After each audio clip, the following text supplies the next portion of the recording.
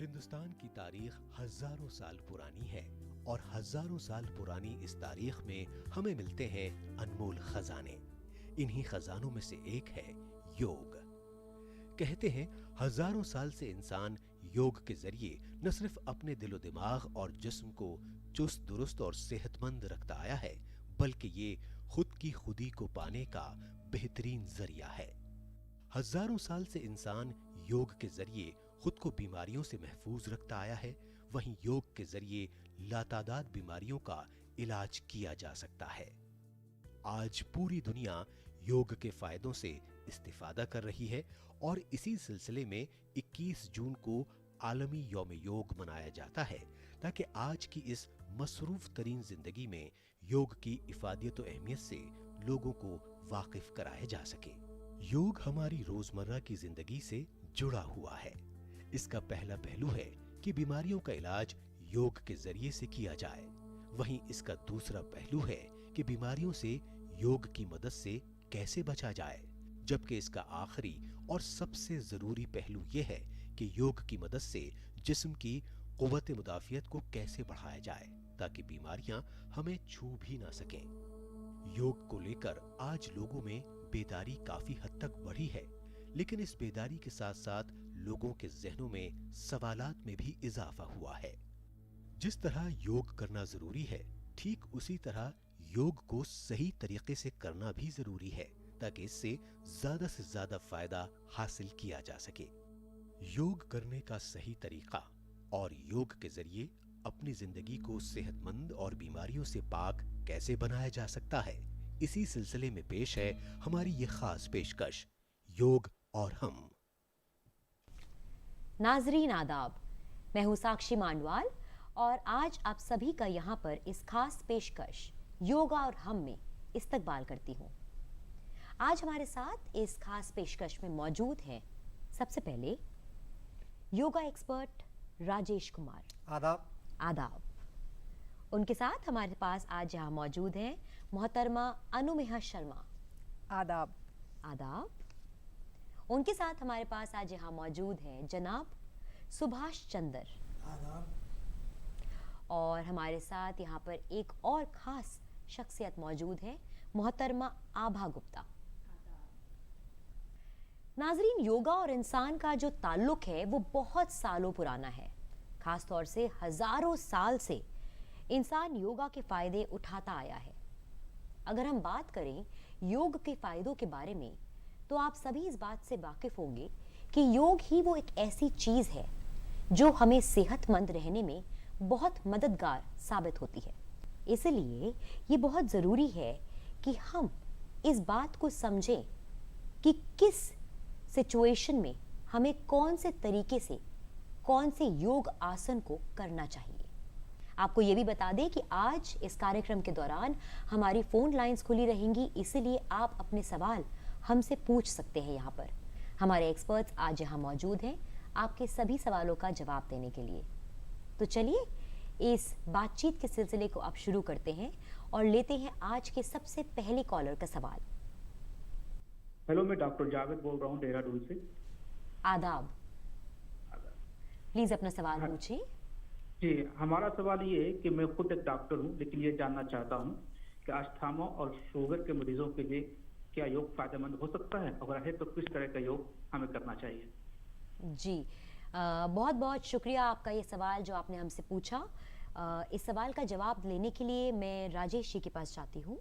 अगर आप हमारे इन कॉलर का इस सवाल का जवाब दे सके और बता सके कि किस तरह से ये योग का इस्तेमाल कर सकते हैं अपनी ज़िंदगी में। देखिए, अस्थमा और डायबिटीज़ के लिए योग में बहुत से आसन हैं, बहुत से प्राणायाम हैं, परंतु मुख्य रूप से अगर आप अस्थमा की बात करते हैं तो गौमुख आसन बहुत ही लाभकारी है अस्थमा वालों के लिए। जिन्हें अस्थमा है, यदि आप गौमुख का नियमित अभ्यास करें तो आपको आराम मिलेगा। तो देखिए, अस्थमा में आपको गौमुख आसन कैसे करना है। आप पहले पैरों को सीधा करेंगे, फिर आपने दाएं पैर को मोड़ना है और दाएं पैर की एड़ी के ऊपर बैठना है।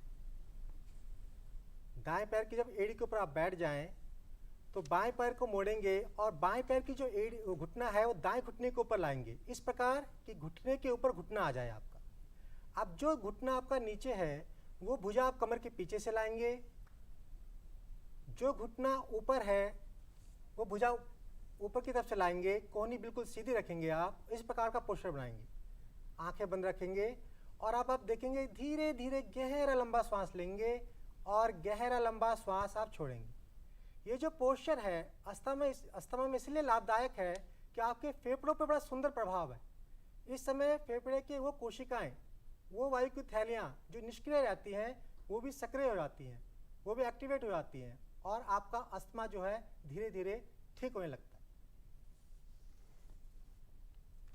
आपके मन में जो दुविधा थी, जो सवाल था, आपको इस योग आसन के जरिए थोड़ा आराम मिलेगा। आइए आगे बढ़ते हैं और अपने अगले कॉलर से उनका सवाल लेते हैं। हेलो। हेलो। हाँ जी, आदाब, इस्तकबाल है आपका हमारे इस कार्यक्रम में। आपका नाम क्या है? हेलो जी जनाब, अपना सवाल पूछें प्लीज। जी मैम, मैं मुरादाबाद उत्तर प्रदेश से बात कर रहा हूँ। जी जी, मोहम्मद आदाब। सालिम मेरा नाम है। मैम मुझे ये पूछना था कि कमर के दर्द में योग किस तरह से सहायता कर सकता है? मुझे कमर के दर्द की बहुत शिकायत है। जी, बहुत शुक्रिया आपका इस सवाल के लिए। मैं राजेश जी से बात पूछती हूँ, अगर आप बता सके, इनकी कमर में दर्द रहता है और उनको उसके आराम के लिए, उससे उनको आराम मिल सके, वो जानना चाहते हैं कि वो किस तरह का योग आसन कर सकते हैं। कमर दर्द के लिए भुजंग आसन और उष्ट्रासन आप दोनों का अभ्यास कर सकते हैं। दोनों के अभ्यास से आपके कमर दर्द में राहत मिलेगी आपको। आइए आप देखें कि कैसे करना होता है। आप देखिए, भुजंग आसन के लिए पहले आप पेट के बल लेटेंगे अपने आसन पर, पीछे से आपके एड़ी पंजे मिले रहेंगे, पंजे आपके लेटे रहेंगे। आप दोनों हथेलियों को अपने चेहरे के दाएं बाएं रखना है और अपनी कोहनियों को अधिक से अधिक आपने पसलियों के साथ सटा के रखना है। आप धीरे धीरे पहले आप गर्दन को उठाएंगे और फिर श्वास भरते हुए धीरे धीरे धड़ को ऊपर उठाना है आपने। थोड़ी सी कोहनियां और ऊपर उठाएंगे आप और इस पोस्चर में आप रुकेंगे। अब इस समय आपके लंबर रीजन पे L4 और L5 की गोटियों पे विशेष प्रभाव है, जिसके कारण से हमारा कमर दर्द होता है। L4 और L5 की गोटियां प्रभावित होती हैं और हमें कमर दर्द से आराम मिलता है। अब इसी प्रकार कुछ क्षण रुकने के पश्चात धीरे धीरे आपने श्वास छोड़ते वापस आना है।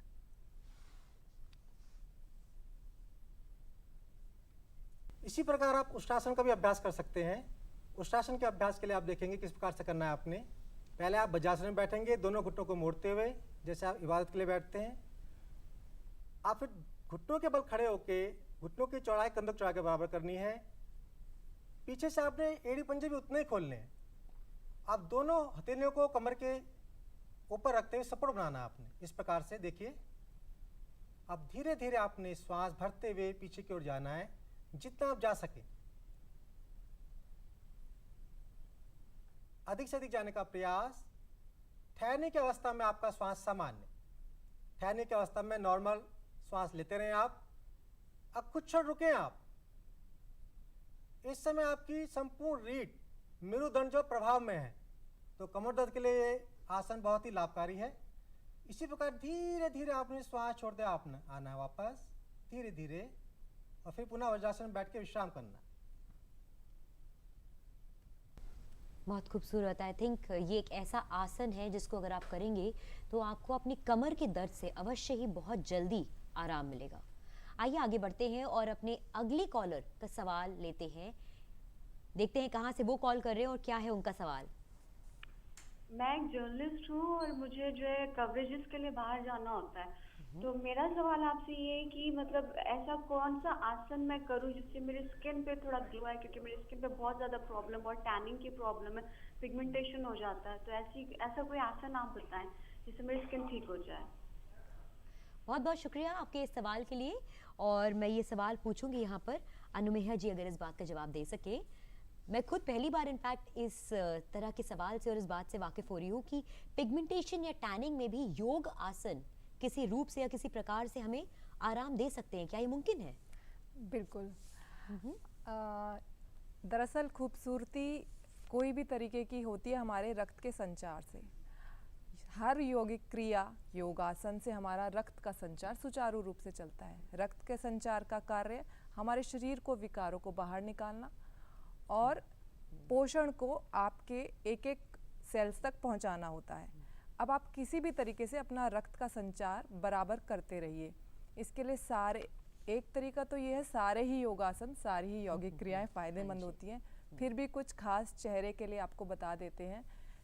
एक तो आप कपोल शक्ति विकासक क्रिया एक कर सकते हैं। कपोल शक्ति विकासक, जी जी तो ये अभी आपको एक करके दिखाएंगी आभा जी। जी।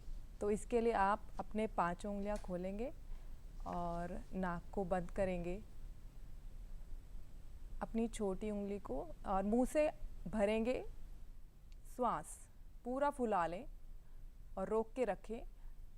छोटी उंगली को लगाएं छाती पे, रोक के रखें क्षमता अनुसार। ये क्रिया करने से आपको बहुत ज़्यादा फ़ायदा होगा। चेहरे के सारे आपके नसें खुल जाएंगी। दूसरा, आप थोड़ा ध्यान दीजिए अपने खान पान के ऊपर भी। पोषण बहुत ज़रूरी है। बाहर जाने में अक्सर क्या होता है, खान पान आपका प्रभावित होता है।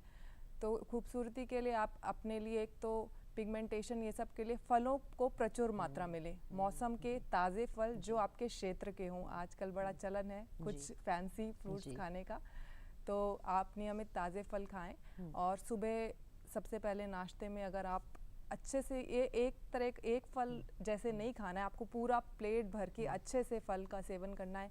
ताज़ी सब्जियां और आपके रीजन के जो भी आपके क्षेत्र के अनाज है उन सबको खाएं। ये सब करने से आपको नियमित, और इसमें आपका फ़ायदा करेगा एक प्राणायाम। प्राणायाम भी आपको बहुत ज़्यादा लाभ करेगा। प्राणायाम आपके शरीर के सारे एक्टिविटीज़ को बैलेंस करता है। और हास्य योग भी बहुत एक अच्छा तरीका है जिससे आपका रक्त अच्छे से संचार होता है, खासकर चेहरे में। तो ये करने से आपको ज़रूर फ़ायदा होगा। चलिए, बहुत अच्छी बात, कुछ बहुत अच्छी टिप्पणियाँ आपने आज यहाँ पर दी, जो मेरे ख्याल से इस एक सवाल के ज़रिए बहुत से लोगों की आज बहुत मदद करेंगे, उनको भी। हम आगे बढ़ते हैं और अपने अगले कॉलर की कॉल को लेते हैं, जानते हैं कहाँ से ये कॉल कर रहे हैं और क्या है इनका सवाल। हेलो। हेलो जी, आदाब, इस्तकबाल है आपका हमारे इस खास कार्यक्रम में आज योगा और हम में। क्या नाम है आपका और कहाँ से आप कॉल कर रहे हैं? मैडम, मेरा नाम संजीव है और मैं दिल्ली से बात कर रहा हूँ। जी, क्या सवाल है आपका, प्लीज पूछें। जी जी मैम, मेरा एक सवाल ये था कि नशा छोड़ने में योग किस तरह मददगार हो सकता है?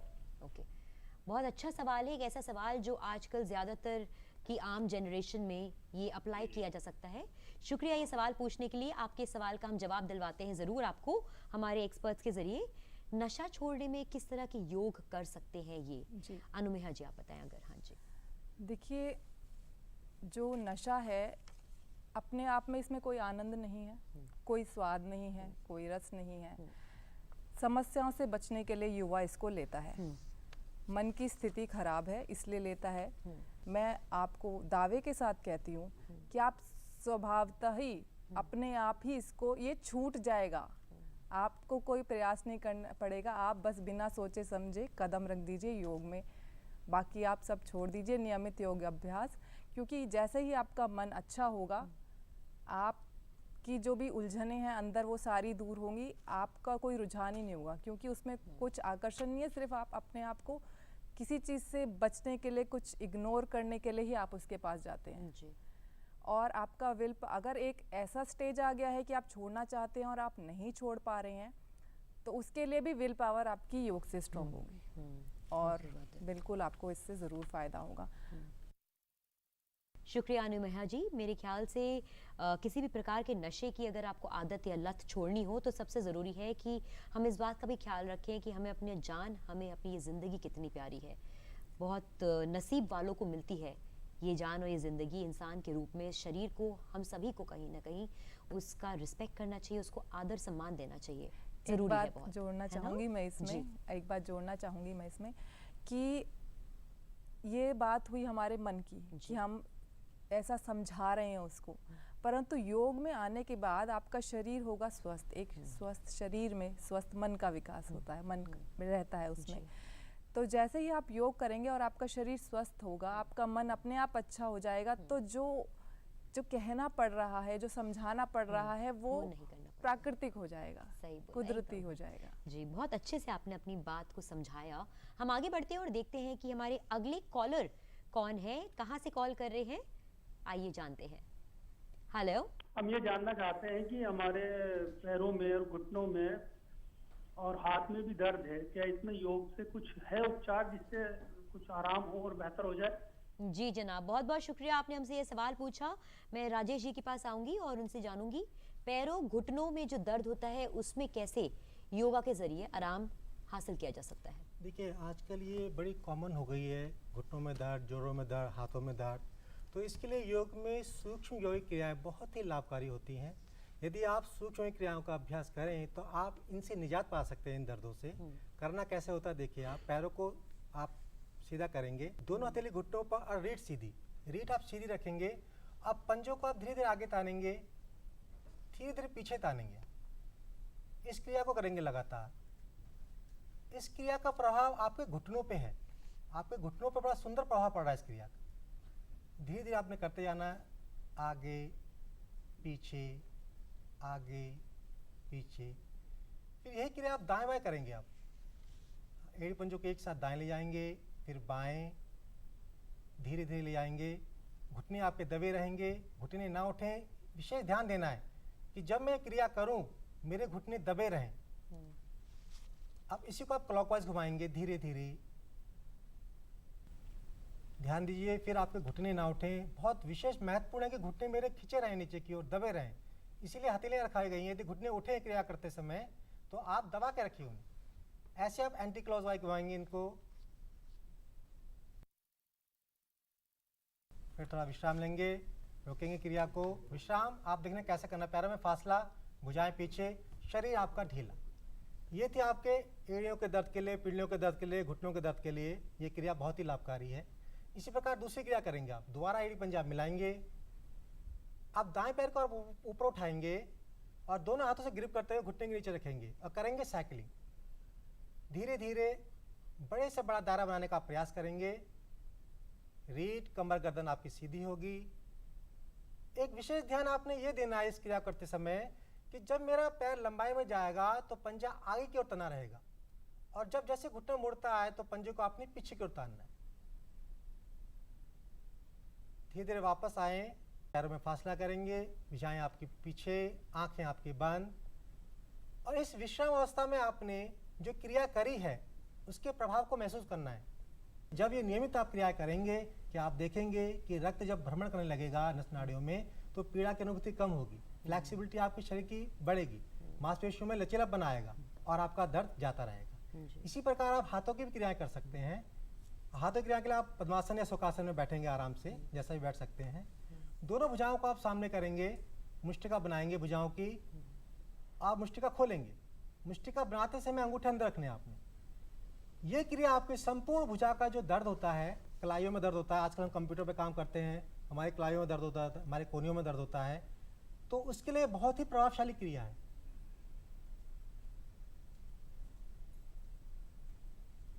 इसी प्रकार आप दोनों मुट्ठियों को मिला के आप घुमाएंगे अंदर से बाहर की ओर। आपने ध्यान देना है कि गति धीमी होगी, दायरा बड़ा। सभी सूक्ष्म यौगिक क्रियाएं जो हैं धीमी गति से करने की है। योग में धीमी गति से करना है, जो कुछ करना है स्लोली बट श्योरली। ऐसे आप रिवर्स घुमाएंगे। आप इसी प्रकार आप हथेलियों को आकाश की ओर रखेंगे, कोने को मोड़ेंगे, उंगलियों को रखेंगे कंधों के ऊपर और आगे से कोने को घुमाएंगे पीछे की ओर।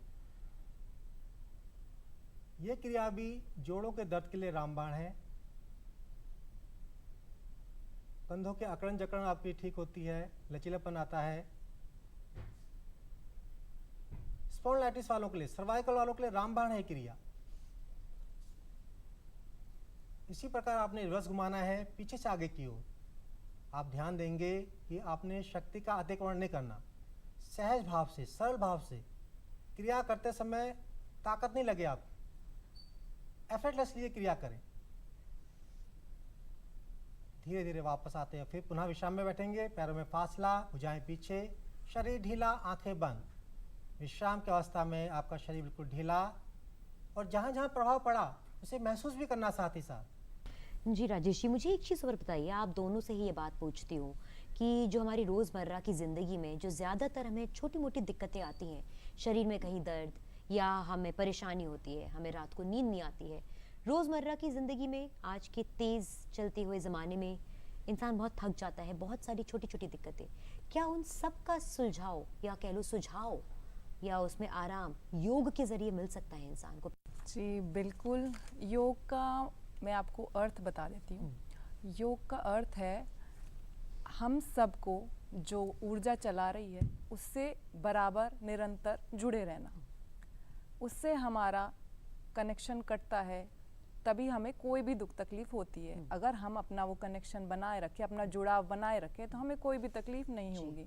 उस कनेक्शन का सबसे एक सरल आपको एक मैं बता देती हूँ, आप महसूस अभी कर सकती हैं। आपका श्वास क्या चाहिए आपको? प्रथम शरीर को चलाने के लिए चाहिए निरंतर श्वास। निरंतर मतलब हर क्षण।